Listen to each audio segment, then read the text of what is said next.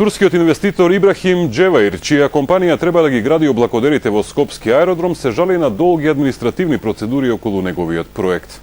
За дозволите за градење чекале скоро една година, а во меѓувреме течело времето од рокот кој го договориле со владата. Министерот за транспорт Јанакиевски вели дека застојот е поради комплексноста на проектот и оти турците ќе ги добијат потребните дозволи во најскоро време. Првиот човек на турската компанија Джеваир Холдинг, која ќе ги гради највисоките згради во Македонија во Скопската населба аеродром, се пожали дека административните процедури за големиот проект течат премногу бавно. Според собственикот на холдингот Ибрахим Джеваир, иако компанијата дошла со комплетен проект, скоро една година чека на дозволите за градба. Во Македонија се уште има недоречености и празнини во законите. Сепак ние се одлучивме да инвестираме без оглед на ова, бидејќи добивме гаранција лично од премиерот Груевски.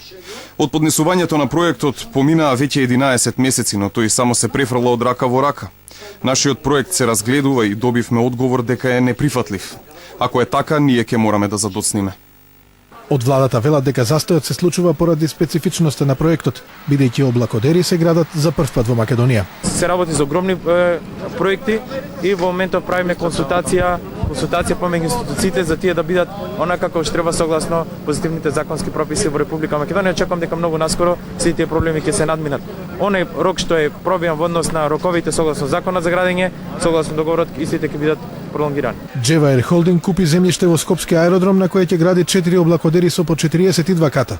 Меѓу другото, во стамбениот комплекс, според проектот, треба да се изградат и базени, фитнес центри, сауни и турски амам, а можно е да има и верски објекти.